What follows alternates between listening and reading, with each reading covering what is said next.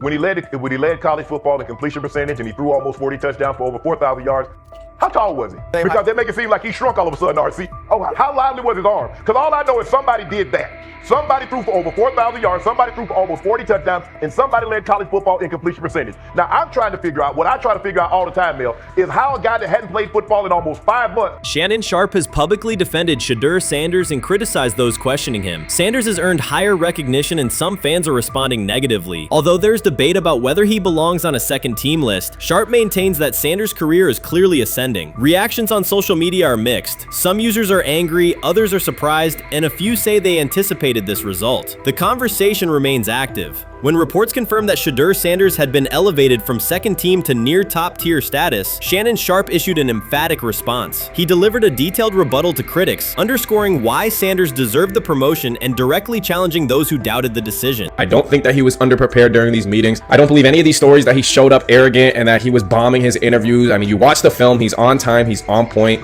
You watch his interviews, he answers like a 10-year NFL veteran. Like, he's clearly dominating OTAs. It's every single day there's a new report of how well he's doing for the Browns in OTAs. And I mean, you can say what you want, it's just OTAs. Okay, if that's your new narrative, then he's doing exactly what he needs to be doing. He's on point, he's on time, he's getting the respect of his teammates, and he's making plays. So we're gonna see years down the line, something's gonna come out that I don't know what exactly it was, but something will come out. Critics have been waiting for an opportunity to dismiss Sanders. They labeled him overrated, accused him of benefiting from nepotism, and claimed his profile came only from his last name and polished image. Within their own echo chamber, they cited every game in which he fell short of huge passing numbers as validation of their doubts. Since Sanders has begun receiving formal recognition, criticism has escalated. A wave of self-appointed analysts is dissecting his throwing mechanics and team role, and many online commentators now argue that his promotion reflects deeper problems within the sport. Shannon Sharpe rejected each criticism directed at Shedeur Sanders. During the broadcast, he turned a routine segment into a detailed examination, acting as presenter, interrogator, and fact-checker. Sharpe walked viewers through game film, season statistics, and scouting reports to show why Sanders merited his recent promotion. Whenever a panelist claimed Sanders had not earned the role, Sharpe countered with completion percentages, efficiency ratings under pressure, and documented late-game drives that changed outcomes. He stressed that the backlash was driven less by on-field evidence and more by reluctance to revise earlier opinions. Sharpe argued that critics were upset not because Sanders lacked qualifications, but because his progress contradicted their initial narrative. By the end of the discussion, Sharpe had moved past simple defense and reframed Sanders as a clear example of performance-based advancement, demonstrating that early predictions can be wrong. Never heard of no Dylan Gabriel or Tyler Shock. What the hell is that? So how is Shedeur Sanders going behind them? I'll tell you how. Collusion. 4 different times they passed on him. How the hell does that happen? 4 rounds. It doesn't happen to a quarterback. We've never seen anything like this before.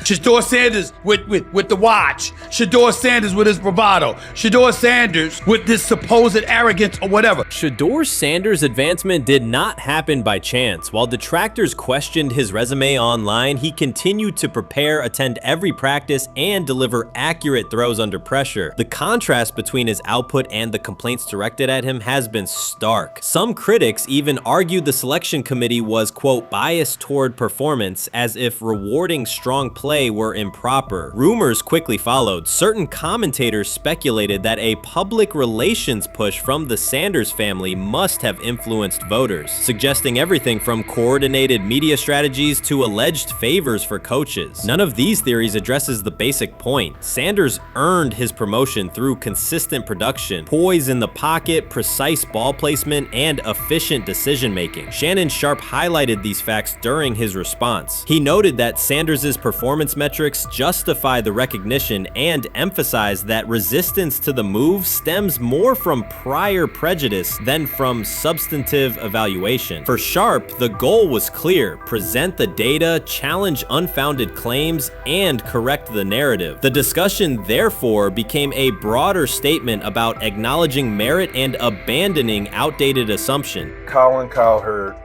defend college basketball coaches who have gotten a DUI, come to their defense and say they didn't need to be fired, that they deserve a second chance. But Shedeur Sanders drives 40 miles over the speed limit, gets a one-on-one ticket, and Colin Cowherd comes on his show today and says he's out on Shedeur Sanders. He's seen enough. He can't support him anymore. He can't be in the Shedeur Sanders camp. because of their speeding ticket. Shannon Sharpe addressed commentators who portray constant doubt as expertise. Those who discount strong performances with "we'll see" but declare bust after a single mistake. He noted their belief that progress only counts if an athlete visibly struggles. Sharpe's response was methodical rather than emotional. He presented evidence, cited statistics, and calmly refuted each claim. Following his remarks, several critics began revising or deleting earlier posts, recasting themselves as longtime supporters of Shedeur Sanders despite having questioned him for months. Sharpe insists on accountability, naming specific individuals and dates while requesting public acknowledgement of prior errors. He argues that analysts cannot spend months undermining a player's potential and then quietly adopt a supportive stance once the athlete succeeds. These are serious, big-time, top-of-the-line playmakers that they have. If you can go 45 to 42 in the fourth quarter because your quarterback set the school record with 510 yards passing. He was flawless. Shedeur is big time. I didn't know for sure, will it translate to the next level of competition? Yes, it might translate to the next level of competition as he can play. Critics who once claimed Shedeur Sanders was unprepared now hesitate to acknowledge their mistake. They resist retracting earlier comments and struggle to accept that an athlete can succeed without their approval. Sanders continues to share practice clips and game highlights without engaging the debate, while Shannon Sharpe documents every dismissive remark, ready to revisit them on national television. The disapproval did not slow Sanders. It underscored his progress and exposed the gap between perception and performance. As a result, the conversation has shifted. Analysts who doubted him now describe him as undervalued and publish detailed evaluations of his mechanics and game management, suggesting long-standing familiarity with his career. In a matter of weeks, critics have recast themselves as advocates, demonstrating how quickly opinion can change when consistent results leave little room for doubt. Shannon Sharpe signaled that his commentary is not over. He considers Sanders' advancement a positive outcome for every athlete who has been overlooked or criticized for having confidence. Sharpe stressed that analysts do not have the authority to determine who deserves recognition based on personal preference. The reaction to Sanders' promotion, he argued, revealed how quickly opinions can shift once results are undeniable. Sharpe pointed out that many vocal critics became quiet when confronted with objective performance data. This exchange, Sharpe insisted, reached beyond defending a single quarterback. It challenged the practice of dismissing achievements that do not fit familiar narratives. He reminded viewers that success does not require external approval and that consistent talent will surface despite online commentary intended to minimize it. While critics reconsider their positions, Sharpe remains steady, assigning credit to the athlete and allowing the scoreboard to confirm the argument. In his view, the statistics speak clearly enough. Sharpe also emphasized that the intensity of the backlash must be placed in context. College football is a volatile environment where unexpected outcomes are common. Therefore, declaring failure based on incomplete evidence only weakens the credibility of sports analysis. The discussion underscored the need for measured evaluation rather than reactive judgment. Dak Jackson and him and everybody else that we talked to have said that Shedeur looks good. He looks really good. Yes. He looks better. And we got Zach that say Dylan Gabriel ain't even an NFL quarterback.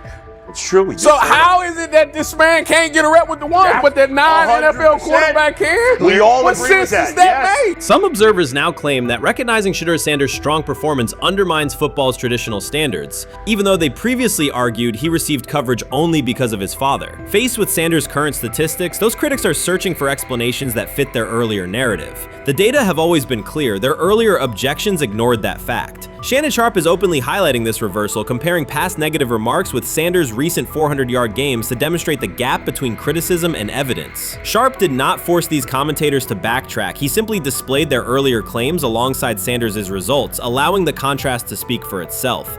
They say training camp decides depth charts, but Shedeur Sanders began fighting for his job long before he will step inside the Browns facility. While most first-year players squeezed in one last vacation, he slipped onto a private field in Texas, strapped on Cleveland's helmet and shoulder pads, pulled a fresh number 2 jersey over his chest, and started rifling timing routes as if it were the opening drive of week 1. No cameras, no hype track, no product placement, just sweat, cadence, and ball placement. A rookie does not rehearse in full game gear unless he already envisions himself commanding the huddle. Plenty of observers shrug that clip off. They insist the 5th rounder, quote, isn't ready, cling to depth chart conventions, or whisper that the name across his shoulders did most of the talking on draft day. Maybe it is the Deion connection, maybe it is a preference for prospects who blend quietly into the background, or maybe the league's gatekeepers fear the possibility that the kid is better than the quarterbacks they have spent months promoting. Whatever the motive, the countdown has started, and video rarely lies. Shedeur Sanders is not preparing to arrive. He is preparing to lead. Footage of a 22-year-old quarterback running live reps and July should dominate highlight loops, but it barely registers on national outlets. Why? It ruins the tidy narrative. The easy storyline paints Shedeur as a pampered legacy prospect banking on his father's fame. Yet the tape shows something different. A rookie drenched in afternoon heat, drilling footwork, calling protections, and imagining cover 2 rotation before the first official meeting ever takes place. Elite mental prep looks boring on social feeds. It looks devastating when the season starts. Walk into Cleveland's quarterback room and you step into politics, not simply competition. Joe Flacco, a Super Bowl MVP in decline, carries institutional trust. Kenny Pickett, rescued from Pittsburgh's reset, carries hometown intrigue. Dillon Gabriel, the third-round system fit, carries draft capital the staff must justify. And then there's Shedeur, the lightning rod whose presence alone spotlights every bias in the evaluation process. Coaches frame it neatly. Rookies must wait their turn. The truth is less polite. Practice snaps are currency. Perception is elastic, and early allocations already favor Pickett and Flacco. It is the oldest playbook in the league. Lock vets into the headline roles before pads even crack. Then let repetition shape reality. Sanders refuses to cooperate. He is not a 4th-string camp arm. He has engineered game-winning drives under national scrutiny, operated against live blitz looks most prospects never face, and more than any quarterback in the room, documented his own off-season obsession. No social media rollout, no brand consultant, just pads, cleats, and an unlit practice field. If his last name were Smith, pundits would label him the sleeper of camp. Instead, politics trails every throw. Training camp rotations expose organizational intent. Beat writer Fred Greetham already reports that Pickett and Flacco will open with first-team reps when veterans report July 23rd. Gabriel grabs the developmental snaps, leaving Sanders the leftovers. That isn't performance-based, it's narrative-safe. Gabriel doesn't threaten hierarchy, Sanders bends gravity. Watch the details. Does Shedeur steal 11-on-11 snaps with the twos? Does he run red zone installs or 2-minute drills? If he does, coaches are admitting he is forcing his way in. If he doesn't, they are postponing the inevitable. Either way, the private field reps have sharpened his timing and condensed his release. He is not hoping for an opportunity, he is prepared to seize one the instant it appears. Cleveland's joint practices amplify that tension. First come live periods against the Panthers, then sessions with the champion Eagles. Those reps belong to the starters, so Flacco and Pickett will absorb most of Carolina's disguised pressure and Philadelphia's exotic fronts. Sanders' proving ground will be the preseason opener on August 8th. Under the stadium lights, he will get entire series, real reads, pockets collapsing for real. If his command mirrors the footage from Texas, coaches will have to answer why he never saw earlier work. Reps are scarce. 10 padded practices separate veteran arrival from game 1. Even an even split, something that never happens, would hardly suffice. Instead, the staff will funnel snaps toward the comfortable choices. That strategy can bury a rookie, but it can also spark an eruption when limited opportunities turn into highlight drives. One flawless touchdown march in the second half of a preseason game, and the dog pound will chant his name. Then the staff's narrative control evaporates. Criticism of Sanders has never matched the scrutiny applied to his peers. Analysts nitpick a ball pat, a foot angle, a pump fake, Pickett's inconsistency, Flacco's diminishing velocity, Gabriel's college system crutches. Discuss politely, if at all. With Shedeur, the critiques arrive as coded doubts. Does he rely on the family brand? Is he coachable? Can he stay humble? That double standard is as old as the league's resistance to outspoken black quarterbacks.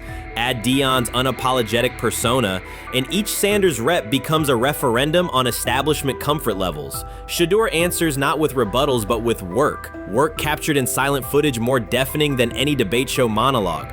Quarterback drama masks broader roster cracks. The Browns receiver group is crowded yet unproven. The safety room failed to create turnovers a year ago. Interior defensive linemen are still rehabbing, and the offensive line must retool on the fly. Which quarterback can navigate that turbulence? Flacco's pocket mobility is limited. Pickett's confidence remains fragile. Gabriel is months away from processing NFL disguises. Sanders, forged by perpetual doubt, offers poise under chaos and meticulous preparation, a combination this franchise has lacked since, well, almost forever. Forget politics, depth chart etiquette, and recycled sound bites about developmental timelines. The only metric that counts now is who did the work. Sanders pounding through full gear scripts in late June is not vanity, it's vision. While the league sleeps, he refines his drop steps. While media speculate, he rehearses third down checks. He has already decided what he is. The organization must decide if it can recognize it in time. The preseason will provide the answer. Live bullets, real blitzes, stadium noise. When those throws leave his hand under pressure, no one will discuss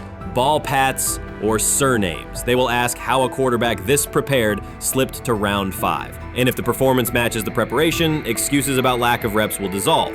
It will be production against perception, and Shedeur Sanders has been producing where no one could see. Ready is the wrong word. He has been ready. So the Shedeur Sanders, I want to talk about this. So here's a prime example. Shedeur Sanders, they had 3-day mini camp for the Cleveland Browns. And now Jimmy Haslam actually has some money. The Bengals owners and the Rooneys are near the bottom of the league in net worth. But what the Browns have is what I would call the Buffalo Bills used to have this years ago, pre-Josh Allen. What are Browns veterans saying about Shedeur Sanders behind closed doors? According to internal discussions, the feedback goes beyond casual praise. Several veterans describe his performance as franchise level. Private locker room conversations compare his command of the offense to established starters. And one senior assistant reportedly called him Sunday ready after a single walkthrough. The consensus is that front office staff and coaches have taken serious notice. Inside the Browns facility, informal conversations circulate among players and coaches. These remarks carry significant weight in personnel evaluations and often influence practice rotations. When veterans speak this strongly, the message typically reaches decision makers quickly, especially during roster planning. In short, the internal perception of Sanders is already affecting how the staff views the current quarterback depth chart. Browns vets kind of weigh in on Shedeur Sanders and how he's been since he arrived in Cleveland, in Pound Town. And I think it's very, very important that we discuss it, because it'd be really easy for these vets to, this wasn't like a on-the-record interviews. This is just kind of back channels into what the vets are saying, the rumors, but the sources telling us. And we have a couple quotes, but Shedeur Sanders, Cleveland Browns, it seems like it's going well. And it's almost like you don't want to talk about it. At the center of the growing internal buzz is Shedeur Sanders, the rookie who entered Berea with late-round expectations but is being discussed privately as a potential long-term starter. This is not a routine camp tale about an extra arm taking practice snaps. Sanders has seasoned teammates, players with playoff mileage, quietly reassessing his ceiling. Observers who overlook these conversations risk missing one of Cleveland's most deliberate personnel moves in years. Sanders is not on the roster because of his surname. The Browns reviewed their quarterback depth, weighed costs, and chose a controlled, development-oriented option they believe can stabilize the position. His presence is already changing practice dynamics. Veterans notice his pocket awareness, adjust routes to his timing, and acknowledge that he processes coverage at an advanced level for a first-year player. Leadership patterns in the huddle feel different. Sanders delivers with precision and composure that challenge defenders to reevaluate their calls. The strategic upside is clear. A 4-year rookie contract offers cap flexibility while other franchises cycle through expensive stopgaps. Coaches and front office staff view Sanders as a calculated investment, not a publicity experiment. Outside chatter still focuses on Joe Flacco's age or Kenny Pickett's development. Inside the facility, however, veterans pause film sessions to dissect Sanders' ball placement and progression speed. Position coaches highlight clips where he works through reads decisively and delivers on time, traits rarely attributed to rookies. Sanders' confidence is measured rather than theatrical. He moves as though the NFL tempo is familiar, and that calm spreads across the roster. Experienced defenders are rechecking the depth chart and asking if the quarterback competition is tighter than publicly acknowledged. Great kid, and whether it's a following that he's earned, I mean, that's something that he's done a great job of interacting with fans, and but he is a great kid. You guys will get to know him more. He's working like crazy, just like all the guys. He's another young man. These rookies, my office is downstairs. As they got to walk by my office as they come in. They come in early.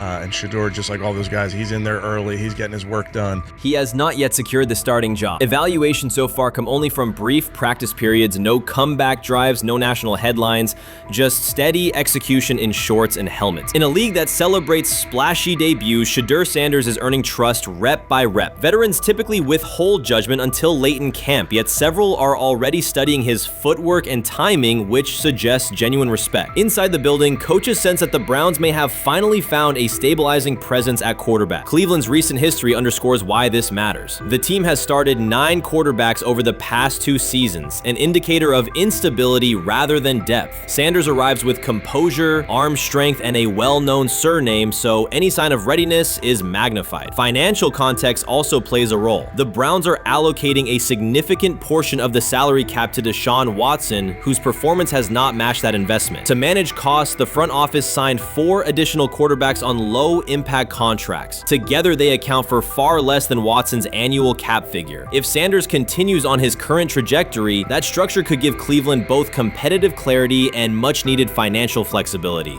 He's the only person who's come out and say, hey, man, this dude look kind of good, man.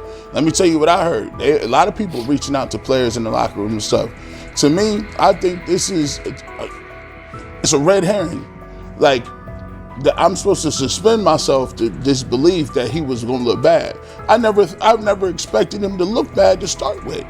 The 5th round quarterback stuff, that's involving perceptions, pre-draft analysis, and other teams. Cleveland's veterans have endured every kind of quarterback turmoil: poor reads, major injuries, shaken confidence, and sideline disputes. When a young quarterback like Shedeur Sanders steps in and appears composed rather than overwhelmed, people notice. The attention comes not just from coaches and reporters, but from the linemen and defensive leaders who have watched previous backups struggle. They are not exchanging doubts, they are sharing nods of approval. Sanders demonstrates instinctive pocket awareness, reliable accuracy, and steady poise, qualities that quickly circulate through team conversations. After years of instability under center, the Browns need someone who can remain calm and effective deep into the season. Although expectations have fallen over time, genuine interest is growing. Praise is coming from teammates who rarely commend anyone unless his performance demands it. Grab hold of the starting job. Yes, but I don't think we're going to know which one until we get deep into August. Now, I think we tracked the reps everybody was getting at practice throughout the OTAs and minicamp.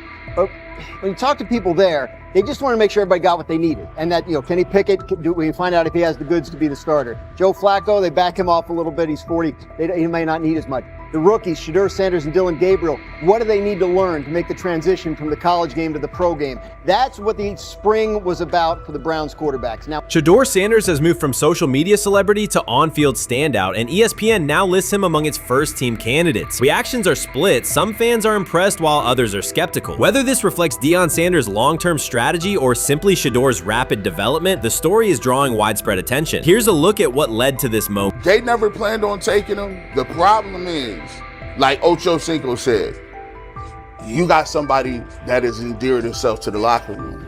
And guess what? The difference between him and Tim Tebow, the biggest one, is he can play. He can throw the ball.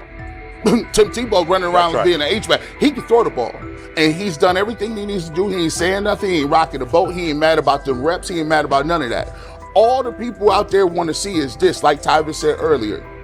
We want to see what he can do with Jerry Jeudy. Online reactions are sharply divided. Some fans strongly support Sanders, while others argue he is overrated. Traditional analysts cite statistics and claim his recognition comes mainly from his father's name. Sanders supporters are actively celebrating his rise and already predicting a future NFL career. Sports media outlets have made his candidacy a central topic of debate. The discussion now extends beyond statistics and victories to include his marketability, public image, and on-field presence. Sorry, is Shedeur Sanders going to get a chance to win this job? Do you believe he gets a legit shot to win this job? Listen, I think first of all, the action's going to really start in training camp. Like, forget all the OTA stuff. You don't win a job in OTA. The real action starts in training camp. And just like Shedeur said, during the mini camp, when it's time to take your reps, you got to make the most of it. Because I think early on, there's going to be a lot. Remember, Joe Flacco didn't hardly practice in OTAs and mini camps because they were giving the young guys. Right. So when he gets his opportunity, he's going to have to make the most of it. Analysts are closely reviewing game footage to evaluate Sanders' decisions and mechanics, while others examine his social media activity to see how he balances content creation with quarterback duty. Shedeur Sanders' placement on ESPN's early first-team list has taken over the college football conversation. Supporters circulate his highlights and argue that his on-field production and leadership justify the honor. Skeptics claim the recognition relies too heavily on his family name and question whether his resume is strong enough for first-team status. Analysts are rewatching game footage to assess his reads, accuracy, and pocket presence, while others examine how he balances a high-profile social media presence with quarterback responsibilities. The debate has pushed other storylines, such as conference realignment and NIL issues, into the background, leaving fans and commentators focused on Sanders' performance, marketability, and overall impact on the sport. I'll keep saying it. I believe Shedeur Sanders should play more games than any other quarterback on this roster this year, because he's the only guy that I look at and say they might have something here. Because I'm telling you right now, they left night one of the draft saying we are taking our quarterback next year. So it's on Shedeur or Dylan or Kenny, probably not Joe, to change their mind. To change their mind. But you got to find out. You've got to find out. Opinions differ on whether Sanders is benefiting from his family name or simply showing real progress, but the attention is undeniable. Social media is flooded with edited images elevating him to legendary status. Critics argue the first-team nod is driven by hype and marketability, while supporters point to his flashes of strong arm talent, field vision, and decision-making. Regardless of motive, the announcement has dominated the football news cycle and intensified debate over how much of his rise is performance-based versus media-driven. Highlight reels rarely show Sanders' turnovers, late-game mistakes, or inconsistent stretches. Being named to a first-team watch list suggests sustained dominance, something Sanders has displayed only in flashes. His selection appears driven as much by brand recognition and media appeal as by performance. ESPN's decision has intensified debate. Data-driven critics post statistics that question his resume, while passionate supporters predict awards and future NFL success. Commentators recall a time when first-team consideration required years of proven excellence. Yet many fans already see the announcement as confirmation that Sanders is on track for major college football honors. Shedeur Sanders has earned first-team reps when training camp commences later in July. I'm not saying like he's the first guy up when you do 11 on 11s, day 1, 2, 3, 4, 5 at training camp. I'm not necessarily saying that. But he's the one quarterback that we didn't get a chance to see take reps with the ones. But I think Shedeur has a chance to like make this conversation interesting if he gets those reps with the ones and he has the same success that he did with the 2s, the 3s, and the 4s. I have confidence he can show you something, but I got to see it. We all got to see it before we can actually judge that. Some believe Deion Sanders is already preparing for an award ceremony, while others are furious, threatening to protest ESPN's credibility over Shedeur's first-team mention. Critics argue that honoring Sanders without a full season of elite play undermines college football standards. Supporters insist his performance and profile justify the recognition. The debate reflects a broader clash between traditional merit-based evaluation and modern brand-driven visibility. In today's landscape, first-team consideration is no longer only about statistics. It also involves marketability and audience engagement. Whether welcomed or rejected, Sanders commands attention and embodies the sport's shift toward both performance and personal brand. I'm about to unleash about Shedeur Sanders. I just watched what happened to Shedeur Sanders in the Cleveland Browns' third and final preseason game. And I'm outraged, I'm sickened, and I'm saddened. By the way, Shedeur continues to be treated in the National Football League now by those sorry-ass Browns and sorry-ass Kevin Stefanski. The Cleveland Browns are once again mishandling a promising quarterback. Skip Bayless criticized the organization for failing to develop Shedeur Sanders and for misusing his skill set. He argued that the team's decisions are undermining Sanders' progress and turning a major investment into a cautionary example. Bayless pointed to inconsistent usage, questionable play calling, and a lack of clear direction as key issues limiting Sanders. He said the Browns need a defined development plan and stronger support if they expect Sanders to succeed. Skip Bayless delivered a direct, critical assessment this week. After seeing Shedeur Sanders in a Browns uniform, he argued that Cleveland is mishandling the quarterback and undermining his development. Bayless said the team's approach shows poor planning and inadequate support around Sanders. He dismissed excuses about strategy and emphasized the need for better coaching, deployment, and protection. In his view, the Browns are setting themselves up for problems before the season begins unless they establish a clear plan for Sanders. Given the team's recent decisions, his reaction is understandable. Cleveland has a history of inconsistent quarterback development. Shedeur Sanders is a premium prospect, the son of a Hall of Famer, a proven college performer, and a widely recognized figure. The organization should prioritize his reps, protection, and a clear development plan, not place him behind Dillon Gabriel as if he were a secondary option. But I'm going to answer this question by saying Shedeur Sanders, and I'm going to tell you why. I think he's being set up to fail. That's right, I'm going to say it. Okay. Here we are on national television, right? There's been 11 practices, if I remember correctly. He's been starting against he's been playing against the third unit. He's fourth on the depth chart. And then suddenly you throw him into the start line, and he hasn't had any reps for the first team at all. Think about that. So you're just gonna throw him to the wolves like that, huh? I mean, you know, if he had first team snaps in practice. Yet here we are. Cleveland has one of the most publicized prospects and is handling him like a depth piece. The broader issue is the franchise's long record of quarterback instability and inconsistent development. That history colors every move they make. When the Browns draft a quarterback, fans don't anticipate a long-term answer. They brace for another reset. Shedeur Sanders should be treated as a priority, not as an afterthought behind Dillon Gabriel. Let's give him a chance. Let's give him a chance with the play calling. You know you have an offensive line that isn't playing that well. So what do? Why not just play the short game so he can get the ball out of his hands very fast to run a competent goddamn offense? Outside of that, Shedeur has to be better in understanding that the offensive line that you're working with right now is not adequate. Why not allow the players that are competing for a job, in this instance, Shedeur Sanders, to finish off the 2-minute drill? When Browns fans see another quarterback selected, they brace for another setback. The franchise's recent history, from Johnny Manziel's failed stint to the rocky handling of Baker Mayfield, reflects inconsistent development and short-term decision-making. Against that backdrop, Skip Bayless's reaction to Shedeur Sanders on Cleveland's roster was blunt. He argued the team is already mishandling a premium prospect by treating him as a secondary option instead of a centerpiece for the future. Bayless's position is straightforward. Sanders is not just a name, he brings proven college production, leadership traits, and significant visibility that can strengthen both the offense and the organization's broader profile. Burying him on the depth chart behind Dillon Gabriel signals a lack of a clear development plan and wastes early momentum. Instead, Bayless contends, Cleveland should establish a defined pathway.